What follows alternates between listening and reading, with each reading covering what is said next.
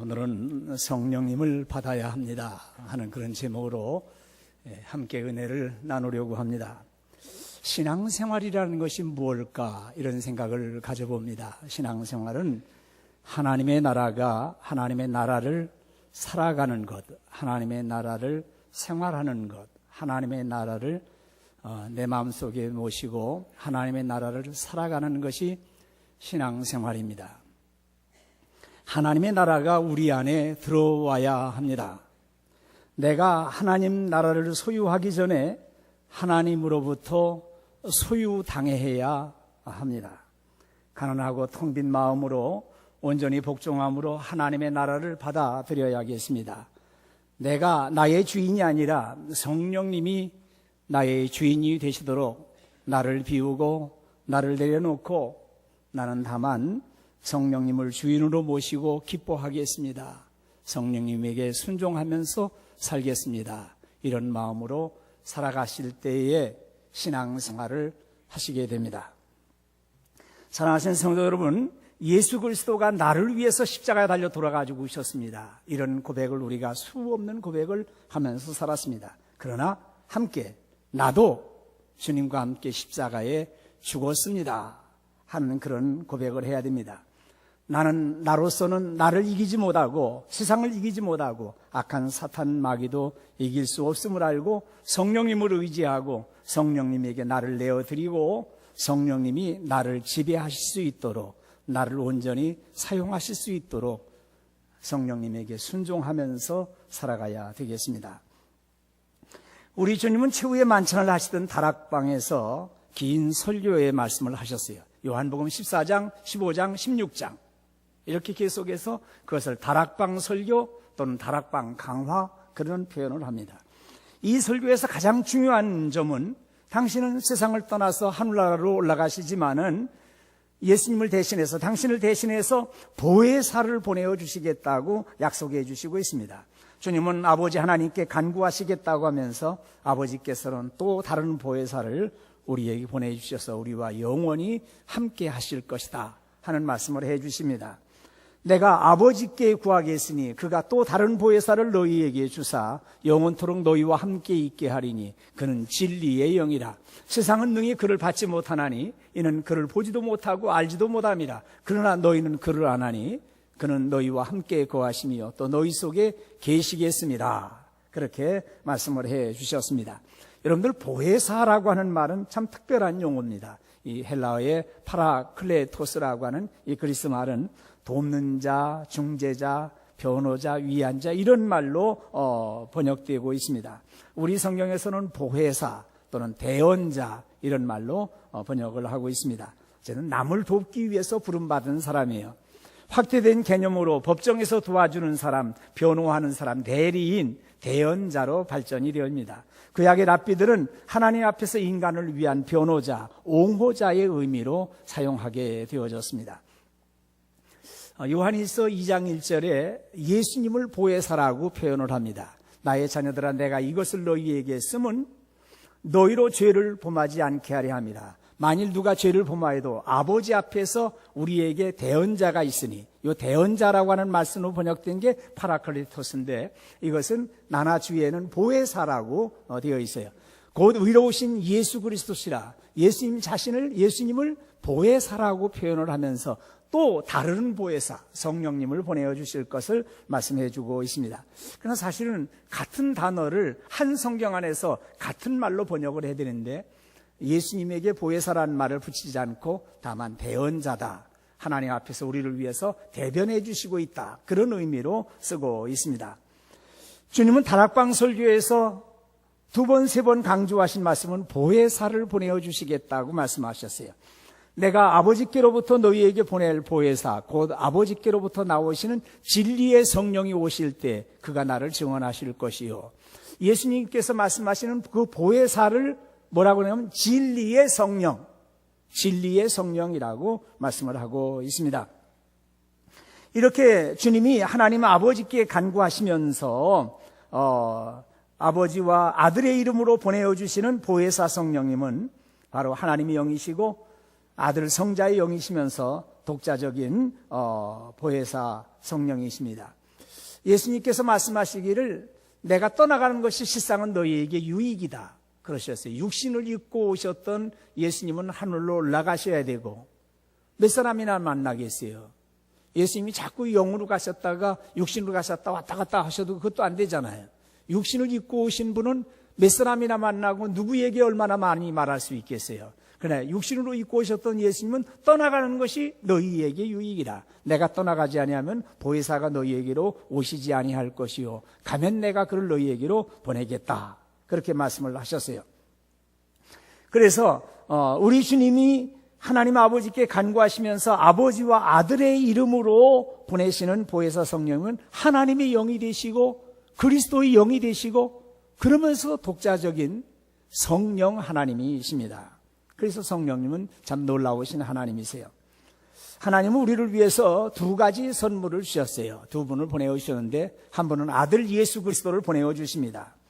우리의 죄를 대속하시기 위해서 십자가 달려 돌아가 죽으십니다. 아들 예수님을 믿어서 우리가 구원받아서 하나님의 자녀들이 됩니다. 두 번째로 성령을 보내어 주십니다. 성령은 하나님의 능력이나 뜨거운 감정이 아니라 하나님과 아들과 똑같은 인격을 가지신 성령 하나님이십니다. 성부 하나님이 인격체이시기 때문에 하나님을 우리가 부를 때 님자를 붙여가지고 하나님 하고 부릅니다. 예수님은 우리와 똑같은 성정을 가지고 오신 인간에 오신 그래서 예수님 그러십니다. 성령님도 인격으로서의 속성과 능력을 가진 한 분의 인격체이시기 때문에 성령님 그렇게 부릅니다. 인격이라고 그러면 지정의를 가지고 있어요. 지식과 그리고 감성과 그리고 의지를 가지고 계세요. 사랑하고 생각하고 보고 듣고 말하고 갈망하시는 하나님이세요. 성령님은 성부 성자와 본질적으로 같으신 인격의 하나님이십니다. 예수님도 하나님이시고 성령님도 하나님이시고 성부 하나님 하나님이세요. 성부 하나님과 성자 예수님과 성령 하나님 사이에 높고 낮음의 우열을 말하지 않습니다. 그러나 다만 질서는 얘기합니다. 아버지 하나님을 알기 위해서는 성자 예수 그리스도를 알아야 되고 예수님을 알기 위해서는 성령의 임하심이 있어야 돼요. 성령님은 물건이 아니라 인격이십니다. 많은 사람들이 혼란을 겪는 것이 성령님을 먼저 인격적으로 알기 전에 그분의 역사와 능력을 알려고 한다는 사실이에요. 우린 과연 성령님을 어떤 가마력이나 권능으로만 알고 있지는 않습니까? 그분은 하나님이십니다. 다만 성부 하나님과 성자 하나님과 다르게 성령 하나님이십니다. 우리의 예배와 경외와 애정과 믿음과 사랑과 헌신과 온전한 복종을 받기에 합당하신 인격을 가지신 하나님이세요. 성령은 하나님으로부터 나오는 어떤 힘이나 영향력이나 가마력이 아니라 이 말이에요. 유명한 존 비비어라고 하는 분이 쓰신 성령이라는 책이 있어요. 참 인격을 가지고 계신 하나님으로서의 성령님에 대해서 잘 증거해 주는데 그 안에 이런 얘기가 써 있어요. 잘 들어보세요. 성령을 하나님으로부터 나오는 어떤 힘과 영향력이나 가마력으로 이해하는 입장은 얄팍하고 조잡하며 심지어 이단적이다. 성령을 그런 식으로 믿으면 영적 교만에 빠지기 쉽다. 그러나 성령을 위엄과 영광과 아름다움과 지혜와 지식과 거룩함이 무한하신 인격으로 믿는다면 우리는 경외심으로 그분께 엎드리게 될 것이다. 그렇게 얘기합니다. 그러나 이런 입장을 계속해서 얘기합니다. 성령을 어떤 영향력이나 막강한 힘으로 보는 사람은 늘 나는 성령을 더 원한다 고 말할 것이다. 반면에 성령을 놀라운 인격으로 보는 사람들은 이렇게 말할 것이다. 어떻게 하면 그분께 나를 더 드릴 수 있을까? 어떻게 하면 그분께 나를 더 드릴 수 있을까? 이 말씀이 중요한 말씀이에요. 자, 성령님은 하나님이십니다. 그래서 우리는 성령님께 예배하고 성령님에게 순종하고 성령님의 인도하심을 사모하게 되어집니다. 우리 기독교에는 아주 신비한 진리를 가지고 있습니다. 그것이 삼위일체 교리예요. 예배 시간에 사도신경을 암송하지 않는 교회가 있으면 이상한 교회구나 하고 보세요. 왜냐하면 삼위일체 고백을 안 하기 때문에 사도신경을 암송하지 않는다, 그렇게 볼 수 있어요. 사도신경을 암송하지 않는, 예배 드릴 때 주일 낮 예배 시간에 사도신경을 암송하지 않는 그런 교회라고 그러면 이거 문제가 있는 교회 아닌가 하고 한번 적고 봐야 돼요. 우리 장로교회가 가지고 있는 12신조가 있습니다. 그 중에서 제2조에 하나님은 한 분뿐이시니 오직 그만 경배할 것이다. 하나님은 신이시니 스스로 계시고 아니 계신 곳이 없으시며 다른 신과 모든 물질과 구별하시며 그의 존재와 지혜와 권능과 거룩하심과 공의와 인자하심과 사랑하심에 대하여 무한하시며 무궁하시며 변치 아니하신다. 그렇게 유일하신 하나님에 대해서 고백을 합니다.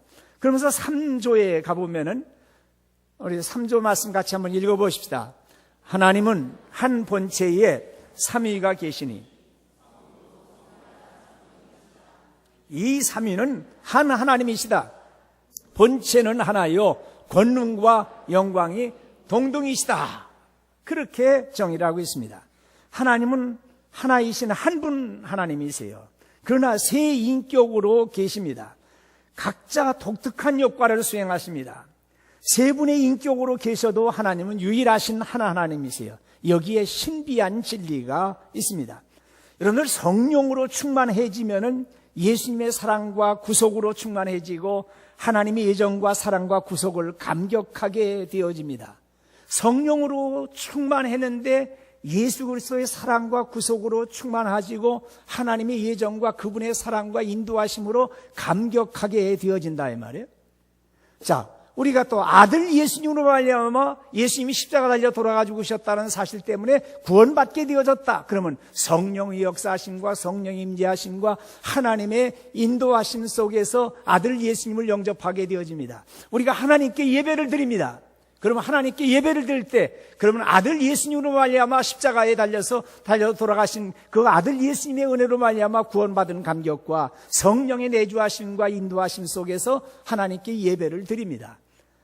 아들을 생각할 때마다 성령과 하나님이 역사하시고 하나님을 생각할 때마다 아들과 성령님이 또 함께 역사하시고 성령님을 생각할 때마다 아들과 성부 하나님이 함께 역사를 하신다는 말. 그 세 분을 떼어놓을래야 떼어놓을 수 없는 관계로 유일하신 하나님으로 고백하게 되어집니다. 자, 종교개혁 이후에 성령론의 흐름이 잡히게 되어집니다. 성령을 인격적인 성령으로 고백하는 이들과 성령을 강력한 능력으로 이해하려고 하는 경향이 있습니다. 인격적인 성령님으로 고백하는 이들은 거룩함과 경건을 추구하게 되어집니다. 임하시는 성령. 여기 지금 굉장히 중요한 말씀을 드리는데 아주 중요한 내용이에요. 임하시는 성령, 임재하시는 성령, 임하시는 성령, 인격적으로 고백하는 성령의 임재하심은 거룩함과 경건을 추구하게 되어져요. 그런데 더 나아가서 성령의 강력한 능력을 고전 거를 좀 보면은 성령의 강력한 능력을 이해하는 그런 입장에서는 성령의 역사와 은사와 능력을 추구하게 되어져요. 그런데 인격적인 성령님으로 고백하면서 거룩함과 경건을 추구하는 사람들은 성령의 강력한 능력을 행하는 사람들을 향해서 무분별하다, 너무 감정에 치우쳤다, 이렇게 책망하는 자리에 서게 마련이에요. 그러나 성령의 강력한 역사를 강조하는 사람들은 성령의 임재하심을 얘기하고 경건과 거룩함을 추구하는 사람은 성령 받지 못한 사람처럼 취급을 하면서 비난하려고 하는 그런 일들이 교회 안에 성령의 운동에 대해서 아주 팽팽한 긴장관계를 가지게 되어집니다. 성령님은 하나님이십니다. 이것은 성경이 말씀하신 것이고 모든 신앙 고백으로 정의하고 있습니다. 하나님을 사모해야 하지 하나님의 능력만 사모해서는 안 됩니다. 하나님을 영접하고 하나님을 의지하고 그 하나님을 예배해야지 하나님의 사랑, 역사하신 능력만을 의지하거나 사모하지 말라는 말씀이에요. 하나님께 예배하고 순종하고 하나님을 의지하는 사람이 하나님의 사람이 되고 능력의 사람이 되고 강력한 능력을 행하게 되어집니다. 오늘 본문으로 좀 들어가 보겠습니다. 우리 주님께서 십자가에 달려 돌아가 죽으시고 사흘 만에 부활을 하셨습니다. 부활하신 그 안식 후 첫날, 그 주간의 첫날 저녁이 되어졌습니다. 예수님의 제자들은 유대인들을 두려워해서 전전긍긍하는 중에 최후의 만찬을 거행했었던 다락방에 모여 있었습니다. 그들은 유대인의 혹독한 박해를 알고 있었어요. 유대인들은 예수님을 죽음으로 몰아넣었습니다. 1차 목표를 달성합니다. 이제는 그의 추종자들인 제자들을 잡아들이고 죽이면 예수 운동은 완전히 끝낼 수가 있었습니다. 제자들은 자기들의 차례가 되지 않을까 해서 유대인들을 두려워했습니다. 제자들은 사람들이 무서워서 문들을 꽁꽁 걸어 잠그고 있었습니다. 그때 부활하신 예수님께서 그 방 안에 들어오셔서 제자들 가운데 서셨습니다. 샬롬이라고 말씀하셨어요. 너희에게 평강이 있을지어다. 이 말씀은 단순하게 걱정 근심해서 안심하라 하는 그런 뜻보다도 더 큰 뜻으로 하나님은 모든 일에 선하게 인도해 주신다. 이 일마다 때마다 평강을 주신다고 확신을 주시고 있습니다. 이 말씀을 하시고서 양손과 옆구리에 자국을 보여주셨습니다. 그때 제자들이 주님을 보고 기뻐했습니다. 다시 주님께서 너희에게 평강이 있을지어다. 아버지께서 나를 보내신 것 같이 나도 너희를 보내노라 그러셨어요. 예수님은 아버지 하나님이 당신을 이 세상에 보내신 것처럼 이제 주님께서도 제자들을 세상으로 보내신다고 하셨습니다. 예수님은 만민을 구원하신 복음이요 진리가 되십니다. 그러나 그 생명을 주시는 메시지는 전파되지 아니하면 만민을 구원할 수가 없습니다. 그래서 예수님은 오늘의 교회와 성도들을 세상으로 파송하시고 있습니다. 예수님이 하나님 아버지로부터 보냄을 받은 것처럼 오늘의 교회와 성도들은 주님으로부터 보냄을 받고 있습니다. 그래서 예배 시간에 순서 가운데 축도하기 전에 파송의 선언하는 것이 있어요. 세상으로 보낸다 하고 그렇게 선언하시는 말씀이 그러는 사용하는 교회들이 많이 있습니다. 우리가 보냄을 받은 것은 우리를 죄악에서 구원해 주신 하나님의 아들이 세상을 구원하라고 보내시고 있습니다. 우리 성도들이 교회에 와서 은혜를 받고 어떤 영적 황홀한 어떤 카타르시스만을 얻고 돌아간다고 하면은 그건 낮은 수준의 사람이에요.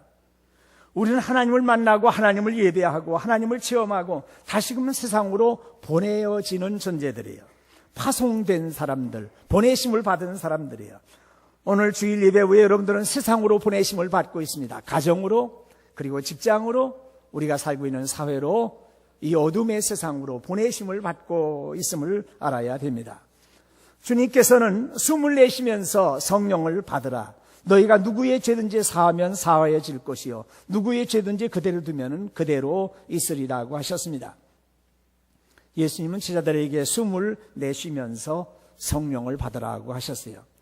성령론의 아주 대단한 권위자이고 성령론을 잘 정립하신 R.A. 토레이라고 하는 목사님이 계세요. 이분은 우리 황지에 있는 그 예수원을 설립하셨던 대처 토레이의 할아버지가 되시는 목사님이에요.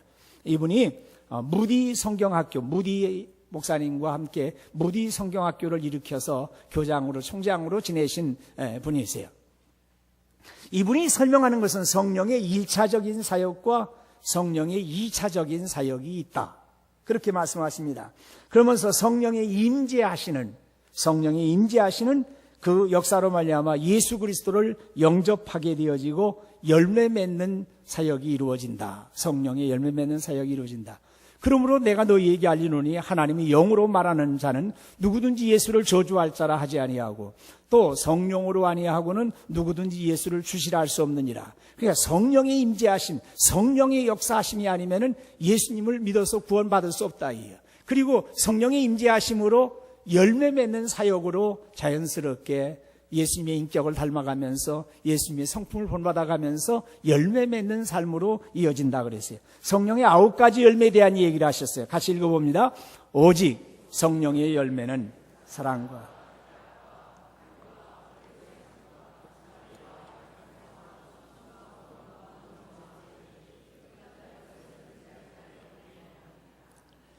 그래서 예수님을 주님으로 고백하게 하시고 우리 안에 임재하시는 성령, 임하시는 성령, 우리를 성전 삼으시고 임재하시는 성령님으로 인해서 성령의 열매들이 열리고 맺게 되어집니다. 성령의 사람으로 살아가게 하십니다. 주님을 위해서 하나님을 예배하면서 성령님은 거룩함을 추구하면서 인격적으로 역사하십니다.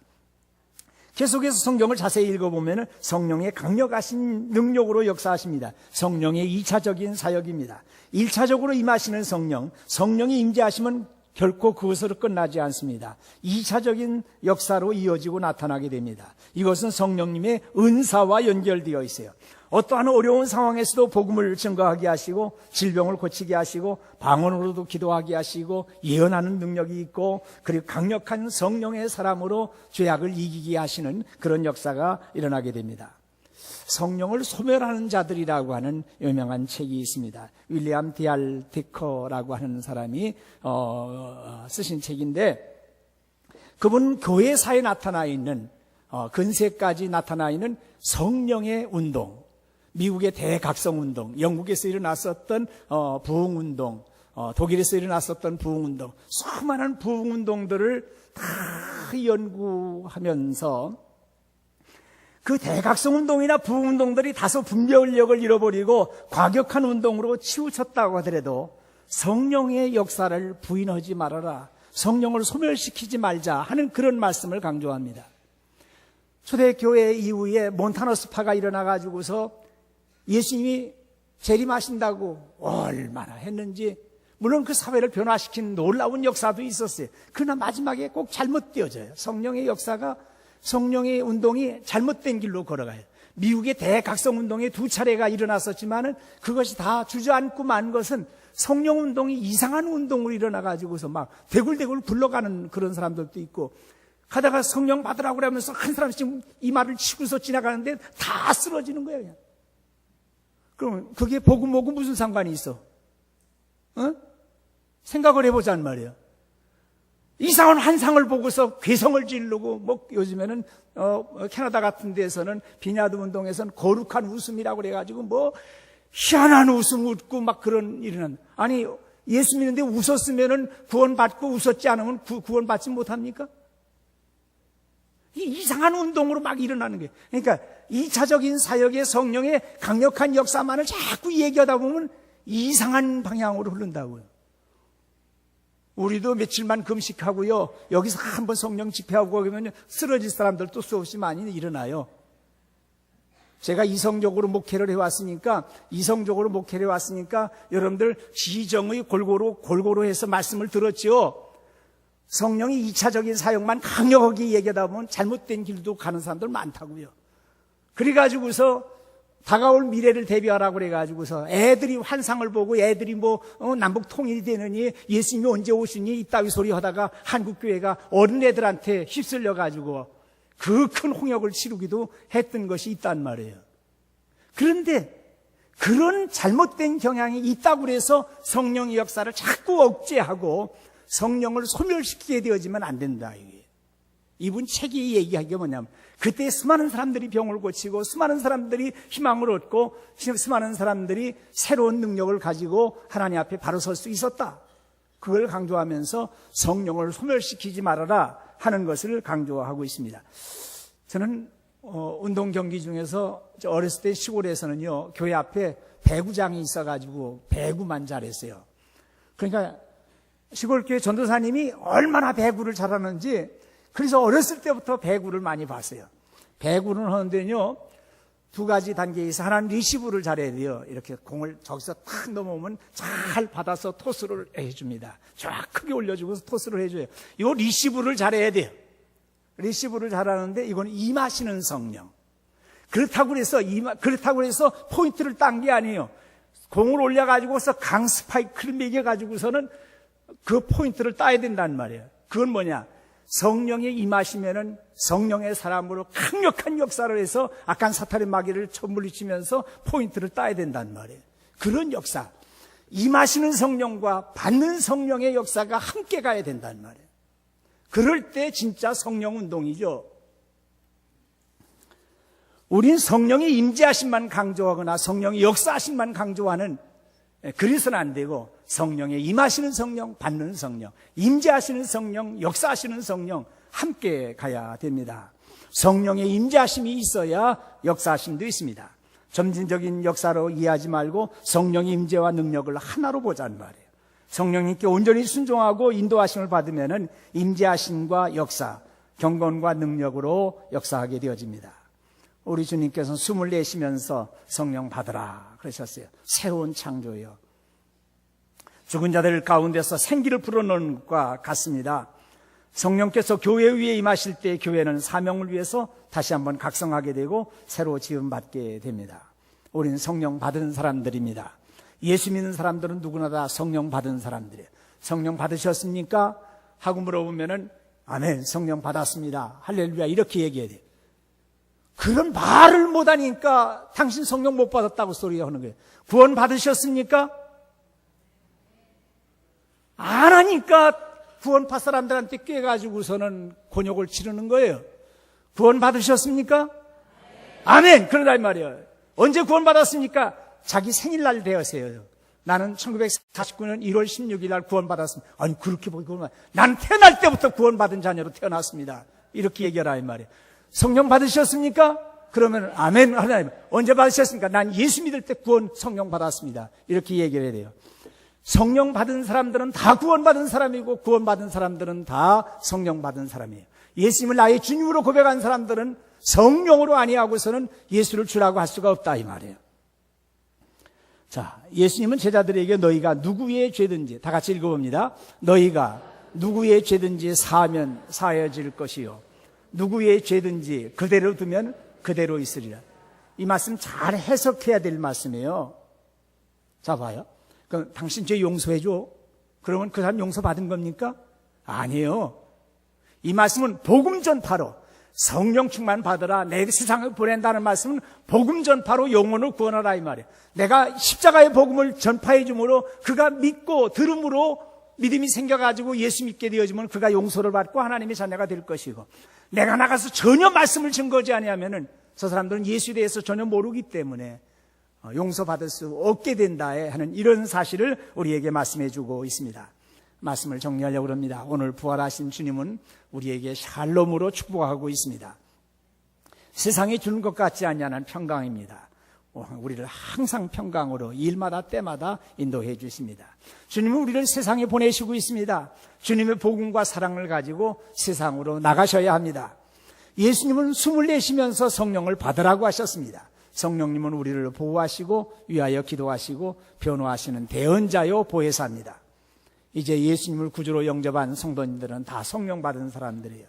경건과 거룩을 추구하고 성령의 열매를 맺어야 됩니다. 그리고 성령의 사람으로 받은 은사를 사용해서 아주 강력한 능력으로 여러분 자신을 이기고 세상을 이기면서 승리하시는 성도님들이 다 되시기를 주님의 이름으로 축원드립니다.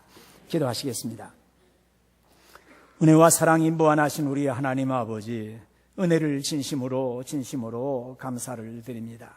사모하는 마음을 가지고 성령 강림절을 보내게 하시고 성령의 임하신 그 성령 받음을 사모하고 있습니다. 성령의 충만함을 허락해 주시옵소서. 구원받은 감격을 가지고 나가서 복음을 증거하고 그리고 그리스도의 향기를 드러내고 죄악과 싸워 승리하고 악한 사탄의 마귀를 물리치고 구원받은 감격을 증언하면서 살아가는 능력 있는 성도들 그리고 성령의 사람들이 되게 하여 주시옵소서. 믿사옵고 우리 주님 예수 그리스도의 이름으로 기도하옵나이다. 아멘.